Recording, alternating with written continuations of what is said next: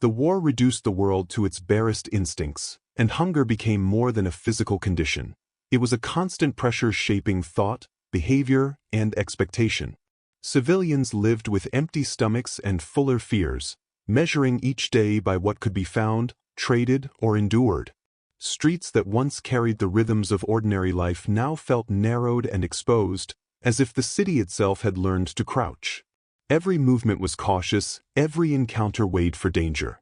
Hunger sharpened awareness, but fear defined it. In such conditions, dignity felt like a luxury few could afford. Years of occupation and shifting authority had trained civilians to expect contempt as a matter of routine. Uniforms were not symbols of order but reminders of power exercised without explanation. People learned to lower their eyes, to anticipate accusation even when none had been spoken. The act of waiting itself became a form of submission. Hunger reinforced this lesson daily, teaching that survival required silence, obedience, and the acceptance of humiliation as an unavoidable cost of staying alive. In this mental landscape, hope was not something openly held but something quietly rationed, like food.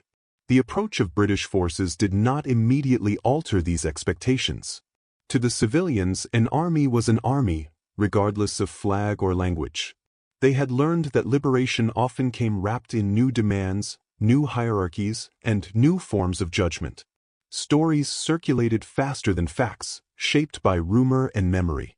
Some recalled earlier encounters with imperial authority, filtered through generations of distance and imbalance. Others knew only what war had already proven, that mercy was unreliable and restraint was rare. As people gathered indoors, whether in requisitioned buildings, damaged homes, or makeshift shelters, the air felt dense with anticipation. Hunger gnawed at bodies, but fear occupied the mind. Civilians braced themselves for inspection, interrogation, or dismissal. They expected to be seen as compromised, suspect, or morally diminished by the simple fact of having survived under enemy rule. The war had taught them that survival itself could be interpreted as guilt. In that space, silence was not peace, it was tension waiting to be broken by authority. When British soldiers entered, the moment did not unfold as expected. There was no immediate command to line up, no shouted orders filling the room. Boots crossed the floor without urgency and voices, when used, were restrained. The absence of aggression was not immediately comforting. Instead, it was disorienting. Civilians had prepared themselves emotionally for contempt, and without it, they were left uncertain how to respond. Their instincts urged caution, warning that restraint could still precede punishment. The room settled into an uneasy stillness. Hunger made the wait more difficult, heightening every sound, every movement. People studied the soldiers' faces, searching for signs of disdain or impatience. None were obvious. The soldiers did not avert their eyes in disgust, nor did they stare with accusatory intensity. Their expressions remained controlled, professional, almost deliberately neutral. This neutrality was unfamiliar. It did not offer reassurance, but it also withheld condemnation. Silence stretched longer than expected. Time passed without escalation, and the absence of humiliation became impossible to ignore. Civilians began to realize that the room was quiet not because fear had silenced them, but because nothing was being demanded of them. This was a subtle but profound shift. The war had conditioned them to believe that power announced itself loudly, that authority proved its dominance through immediate assertion. Here, power was present, yet restrained, as though deliberately refusing to perform. Hunger sharpened the contrast. Empty stomachs made people acutely aware of every minute that passed without resolution. Yet even in discomfort, a strange awareness emerged. The soldiers were waiting too. This shared waiting disrupted the established order of occupier and occupied. Civilians were accustomed to waiting while authority acted. Now, authority itself appeared patient, as if governed by a different set of rules. Fear did not disappear, it transformed. Instead of fear of immediate harm, there was fear of misinterpretation. Civilians worried that any movement might break the fragile calm, that gratitude might appear as weakness, or silence as defiance. The absence of contempt forced them into unfamiliar moral territory. They were no longer reacting to cruelty, but to restraint, and restraint was harder to read. For the British soldiers, patience was not accidental. It reflected discipline shaped by experience, by an understanding that war was not only fought with weapons but with behavior. Restraint signaled intent without spectacle. It suggested an awareness that civilians were not merely witnesses to history but participants shaped by it. This patience carried its own weight, requiring control over impulse and emotion in an environment saturated with suffering. The civilians sensed this, even if they could not articulate it clearly. Something in the atmosphere resisted the usual descent into humiliation. The room did not feel conquered, it felt paused. In that pause, the moral assumptions carried by hunger and fear began to loosen. People who had expected to be reduced to their deprivation found themselves treated as present, not erased or condemned. This recognition was minimal, almost invisible, yet deeply unsettling in its implications. The war had taught them to associate silence with threat, but here silence felt different. It was not imposed through fear but sustained through mutual restraint. No one filled it with noise to assert dominance. The room remained quiet because nothing forced it otherwise. This distinction mattered, even if it was not yet fully understood. It marked the beginning of a reversal that would only become clear in retrospect. Hunger remained relentless, and fear did not vanish. Yet within that moment, a boundary had shifted. Civilians who had entered the room expecting contempt found themselves confronting an unfamiliar reality, that power could exist without immediate cruelty, and that authority could choose not to humiliate. This realization did not bring relief so much as confusion. It challenged the logic that had governed survival for years. As the silence continued, the room itself seemed to absorb the weight of this contradiction. Walls scarred by war bore witness to countless moments of violence and coercion. Now they enclosed a moment defined by restraint. The civilians did not yet know what this meant for their future, or whether it would last. But the absence of contempt left an imprint that hunger could not erase. In that suspended moment, fear and expectation collided with an unexpected discipline. The civilians remained hungry, still uncertain, still vulnerable. Yet something intangible had entered the room alongside the soldiers, a refusal to confirm the worst assumptions of war. The silence that followed was not empty.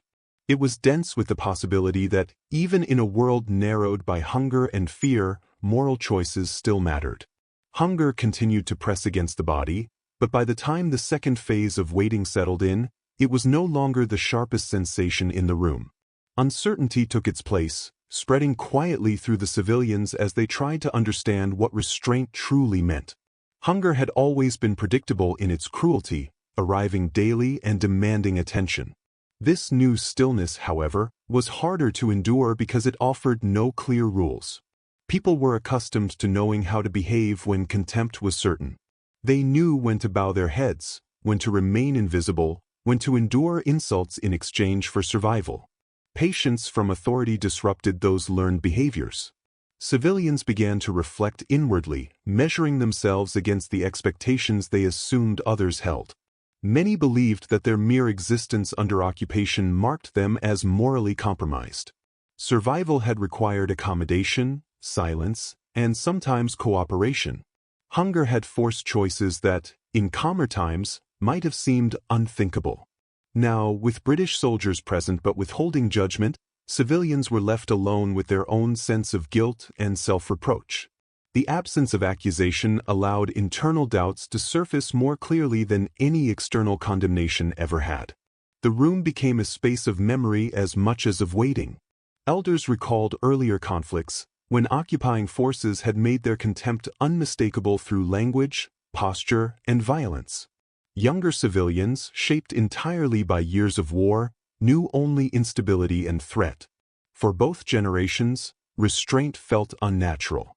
War had taught them that authority was always eager to assert itself, that power was impatient and easily offended. British patience challenged this belief, not through reassurance, but through refusal to conform to expectation. Fear evolved again, shifting from fear of punishment to fear of misjudging intent. Civilians wondered whether this patience was strategic, a calm before inevitable severity. They watched carefully, analyzing small details. The way soldiers stood, how they observed the room, how they moved without urgency. Every gesture was scrutinized for hidden meaning. Hunger heightened this vigilance, making concentration both sharper and more exhausting. Empty stomachs amplified anxiety, turning speculation into a form of survival work. Yet time continued to pass without rupture. The longer restraint endured, the more difficult it became to maintain old assumptions. Civilians began to notice that the soldiers did not treat them as a collective problem to be managed, but as individuals sharing a confined space. There was no theatrical display of superiority, no visible effort to provoke submission. This neutrality created a strange imbalance. Without contempt to resist or absorb, civilians felt exposed, unsure how to position themselves morally. The weight of silence deepened. Some civilians felt an urge to explain themselves, to justify their survival, to demonstrate loyalty or innocence. But no one asked them to. The war had trained them to speak defensively, to preempt accusation with apology or compliance. Now, silence removed that familiar script. Without prompts, civilians were forced to confront the reality that their worth was not immediately being measured or challenged. This realization was unsettling, because it suggested that judgment was not automatic. British patience, in this context, functioned as a mirror rather than a shield. It reflected back the civilians' own fears and assumptions without confirming them. The soldiers' restraint did not erase the power imbalance, but it complicated it. Authority remained present, undeniable in uniform and posture, yet it did not rush to define itself through dominance. This created a moral tension that civilians struggled to process. They had been conditioned to believe that power without cruelty was an illusion. As hunger persisted, it continued to strip away physical strength, but mentally, something shifted. Civilians began to recognize that their fear was no longer being actively reinforced. The soldiers' presence did not escalate their vulnerability, as they had expected. Instead, it forced them to confront a quieter, more internal vulnerability, the uncertainty of how to behave when humiliation was not guaranteed.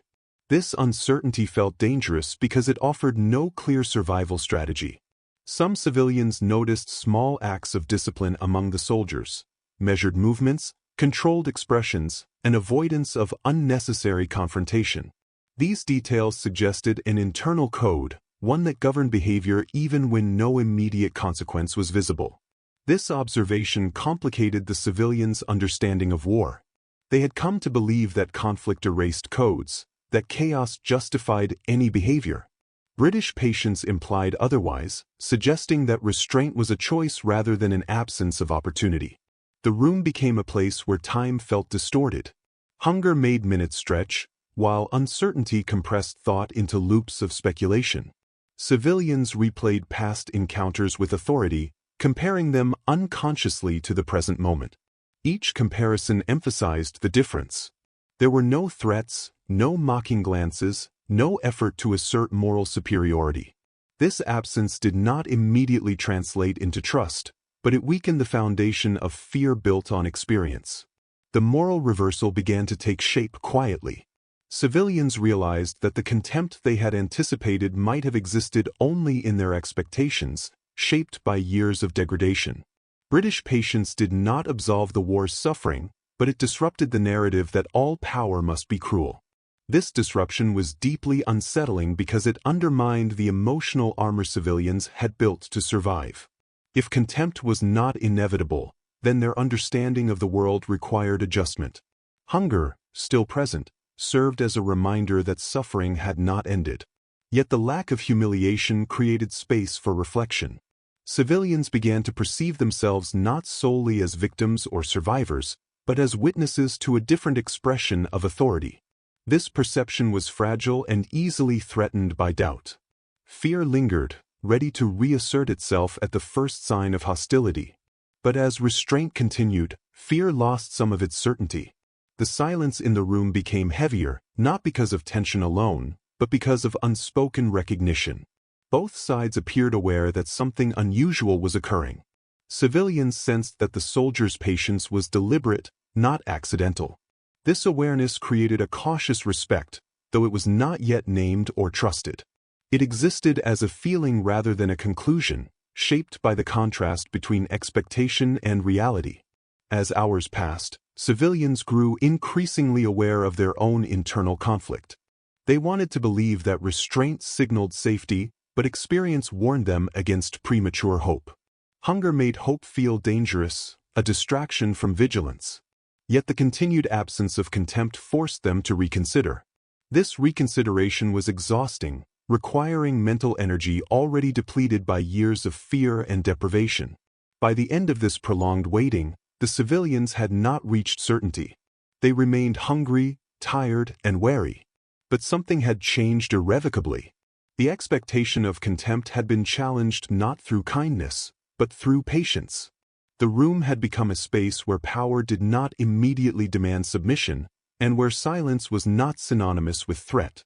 This shift, subtle yet profound, marked the second stage of a moral reversal that would continue to unfold long after the room was emptied. Fear did not vanish when the waiting continued. It learned to disguise itself. The civilians remained alert, their senses trained by years of danger to search relentlessly for threat, but the threat they anticipated refused to appear. This absence created a new psychological tension, one that pressed inward rather than outward. Hunger still occupied the body, hollow and persistent, yet now it shared space with an unease that came from uncertainty rather than immediate danger. People were no longer bracing for impact, they were bracing for meaning. Eyes moved carefully across the room, studying faces not for cruelty but for intention. Civilians searched the soldiers' expressions for cracks where contempt might surface, for fleeting signs that patience was a temporary performance. They examined posture, tone, the spacing between movements. War had made them experts in reading power. Yet what they encountered resisted interpretation. The soldiers did not appear bored, nor indulgent, nor hostile. Their neutrality was precise, almost practiced, and it denied civilians the emotional cues they had learned to rely on. This neutrality began to feel heavier than open hostility ever had. When cruelty was visible, it clarified roles and expectations. One endured it, adapted to it, survived it. But restraint offered no such clarity. Civilians were left confronting the possibility that they were not being judged in the way they had assumed. This realization was deeply unsettling because it exposed how much of their identity had been shaped by the expectation of being despised.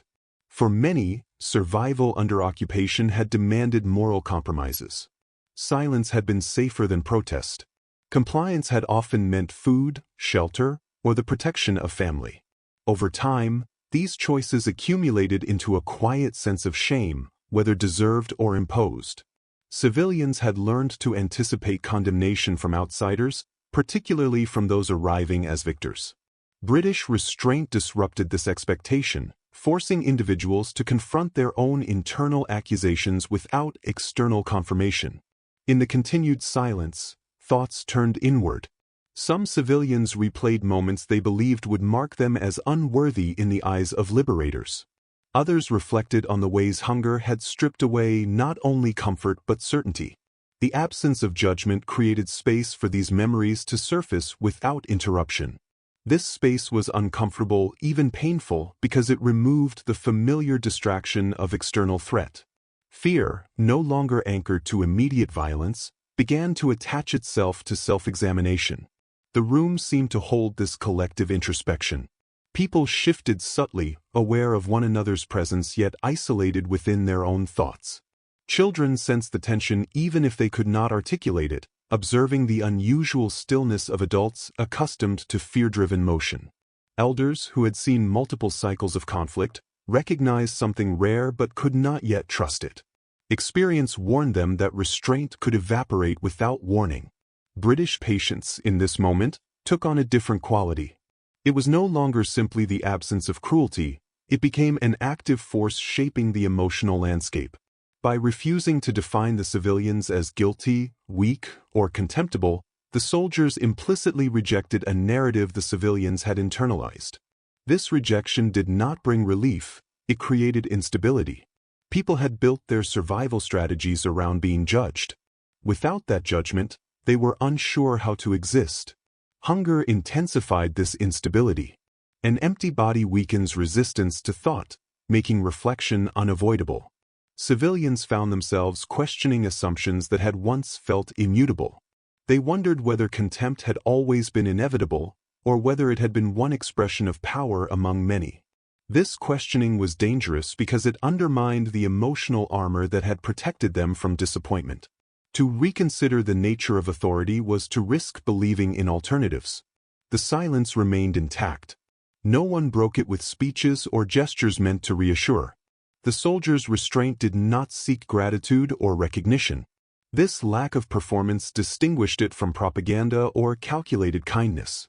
It suggested discipline rather than benevolence, and adherence to principle rather than emotion. Civilians sensed this distinction instinctively. It made the moment harder to dismiss as deception.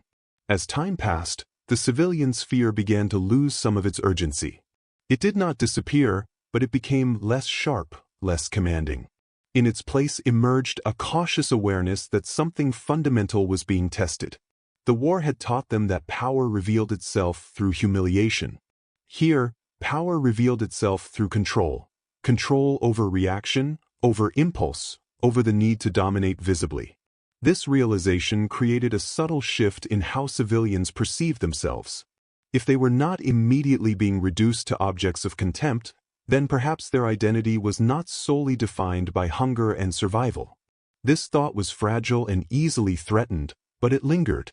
It introduced the possibility that dignity could exist even in deprivation, not because suffering had ended, but because it was not being exploited.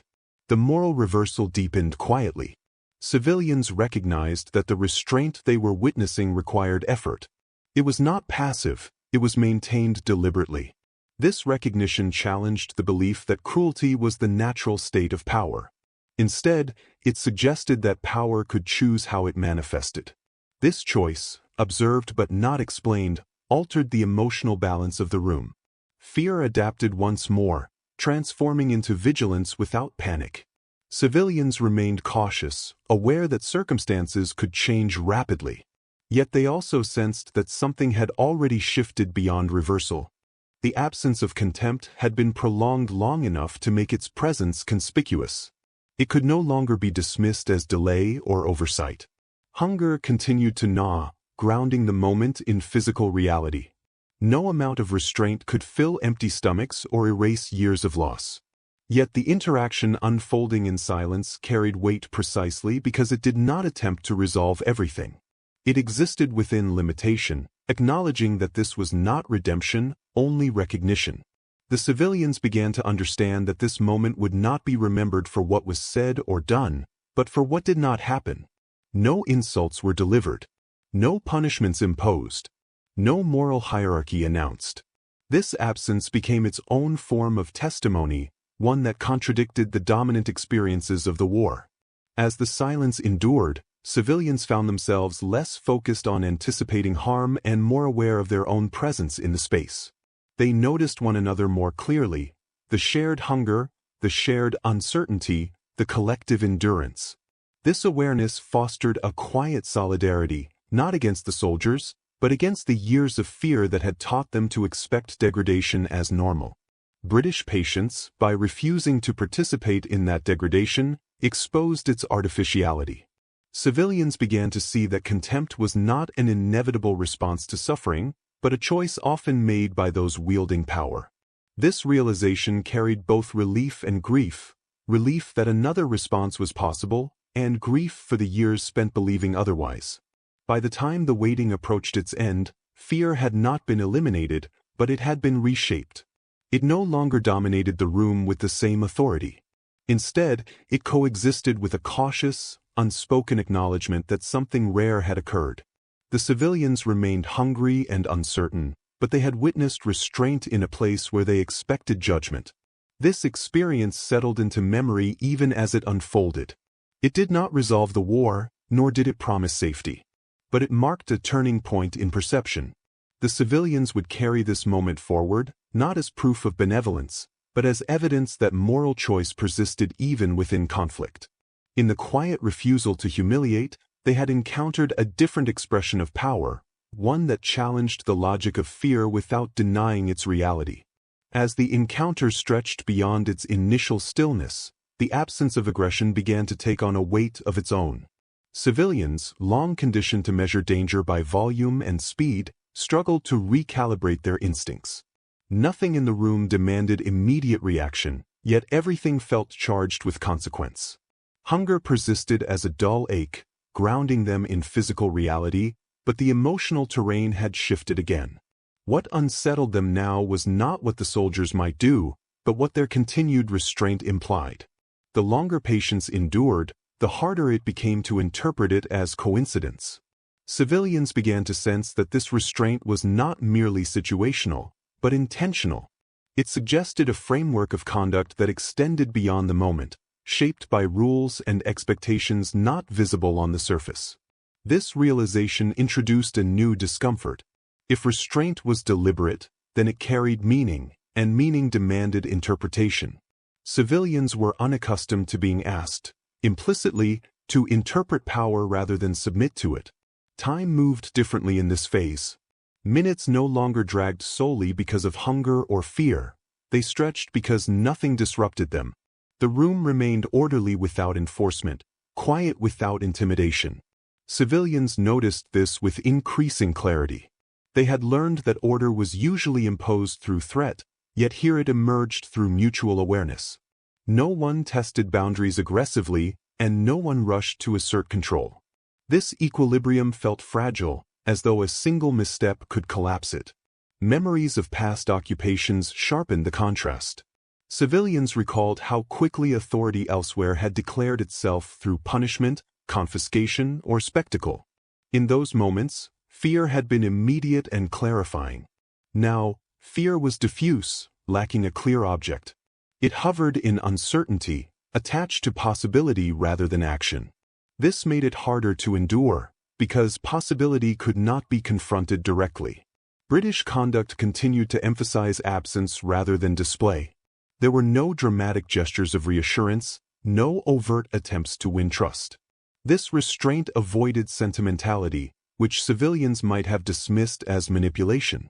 Instead, the soldiers' behavior suggested a disciplined indifference to emotional reaction, as though their role was not to comfort or condemn, but to maintain a certain standard regardless of circumstance.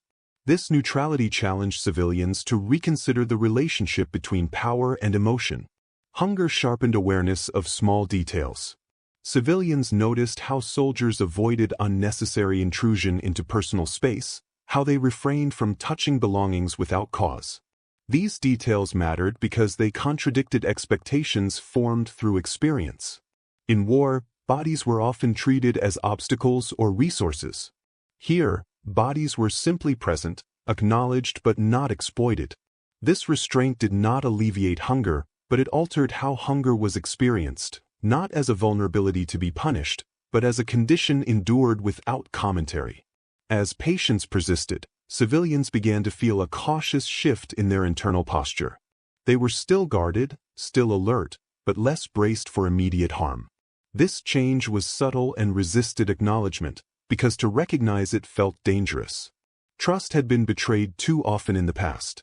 Yet the body responded before the mind, muscles relaxing slightly, breath becoming less shallow. Fear lost some of its physical urgency even as uncertainty remained. The room itself seemed transformed by this prolonged restraint. What had begun as a space of expectation became a space of observation. Civilians observed not only the soldiers, but themselves, noticing how their reactions evolved over time. They became aware of how deeply humiliation had shaped their sense of self. The fact that it was not being imposed now forced them to confront how much of their fear existed independently of immediate threat. British patience, by continuing without escalation, exerted pressure of a different kind. It compelled civilians to reconsider assumptions that had governed survival. If authority could choose not to humiliate, then humiliation was not an inevitable feature of power. This realization unsettled long-held beliefs, introducing doubt into a worldview forged under constant threat. Doubt was dangerous because it required mental energy and emotional openness, resources already depleted by war. Some civilians felt a quiet resentment toward this restraint, though they rarely named it. Humiliation, however painful, had offered clarity. Restraint demanded interpretation, and interpretation carried risk. It required individuals to expose themselves to the possibility of disappointment. The longer patients endured, the harder it became to maintain emotional distance. Civilians sensed that their own expectations were being tested as much as the soldiers' intentions. Hunger remained the great equalizer. It reminded everyone that this was not a moment of resolution or relief. Bodies still weakened, and supplies were still scarce. The war had not softened simply because contempt had not appeared. This grounding prevented the moment from becoming sentimental. It remained anchored in reality, defined by limitation rather than transformation. Yet within those limitations, a quiet moral reckoning unfolded. Civilians began to see that the soldiers' restraint was not passive kindness, but a form of responsibility. It suggested an awareness that power carried consequences beyond immediate control. By refusing to assert dominance through humiliation, the soldiers acknowledged, perhaps unconsciously, the humanity of those before them. This acknowledgement did not require language. It was expressed through behavior sustained over time. Fear adapted again, becoming quieter but more complex. It no longer screamed danger, it whispered caution.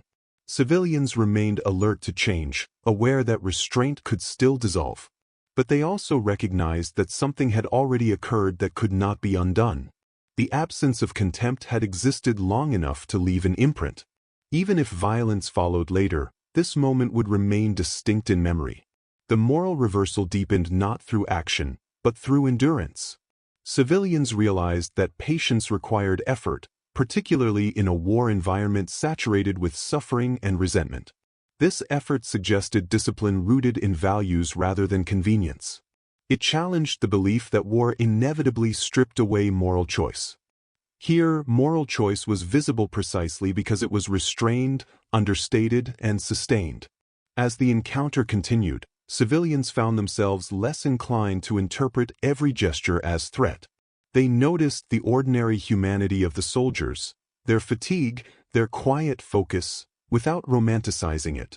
This recognition did not erase the imbalance of power, but it complicated it. Authority no longer appeared as a monolith of cruelty, but as a structure capable of variation. The silence in the room grew less tense, though it remained heavy.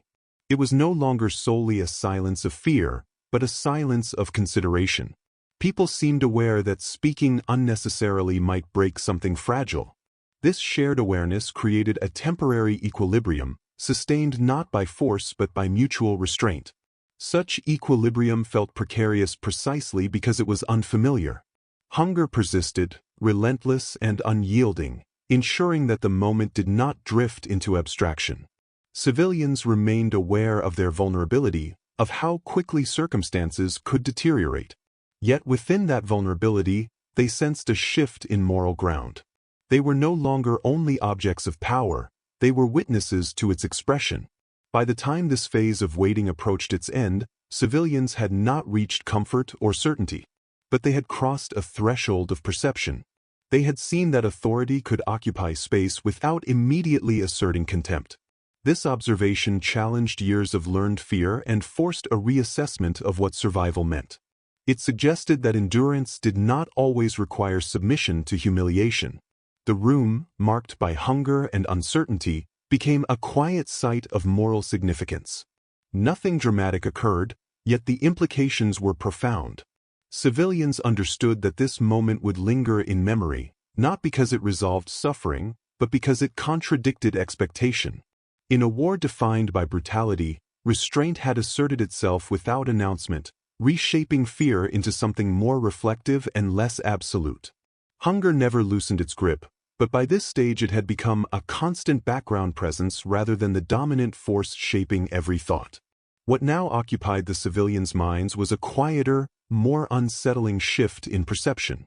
Fear, once sharp and external, began to turn inward, reshaping itself into a question rather than a warning.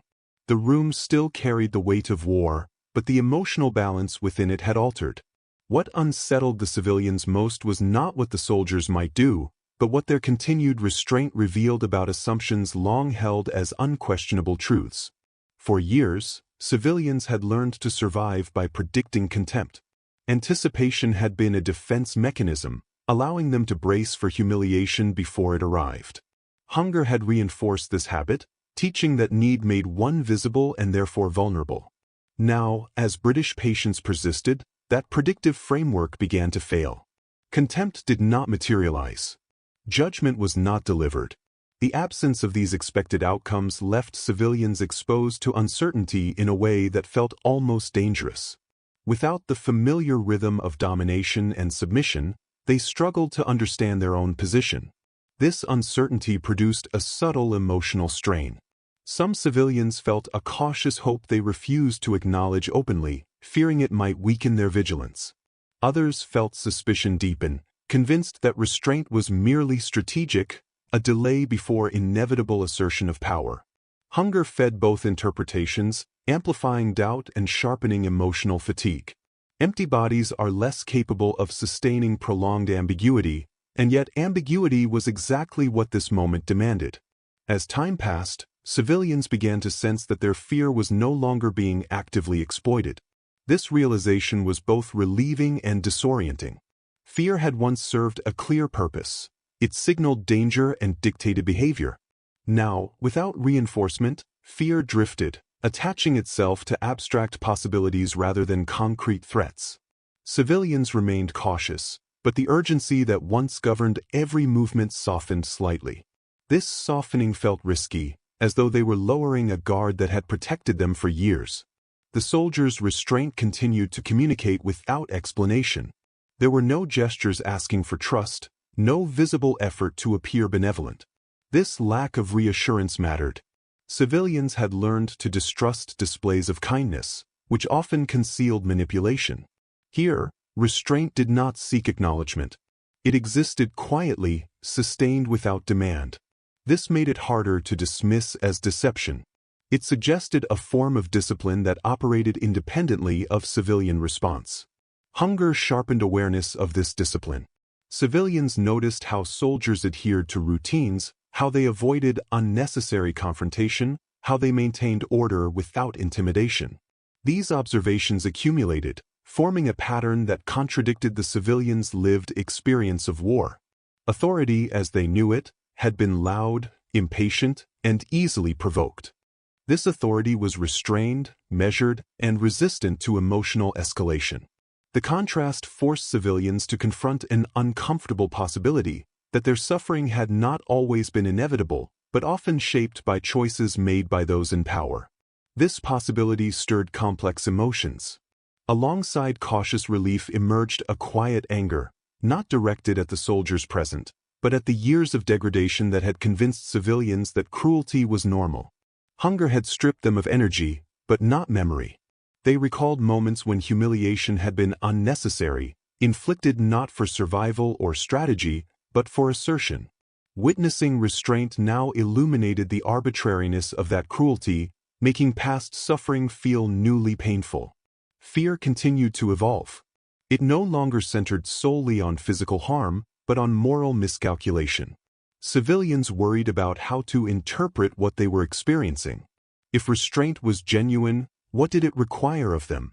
If it was temporary, how dangerous was it to acknowledge its impact?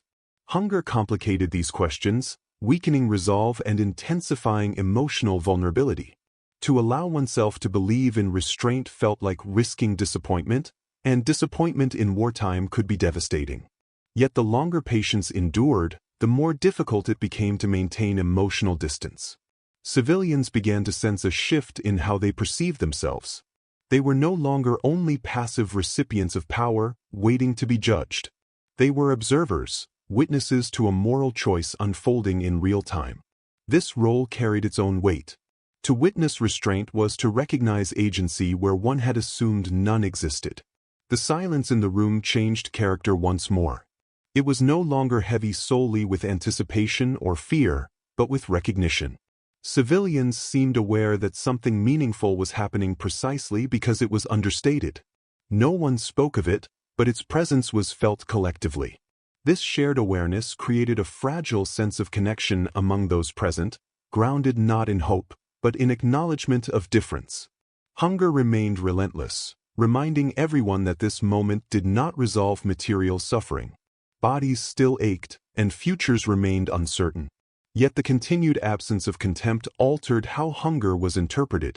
It was no longer immediately linked to shame or moral failure. Hunger existed as a condition, not a judgment. This distinction, subtle yet profound, shifted how civilians understood their own worth within the war's brutal logic.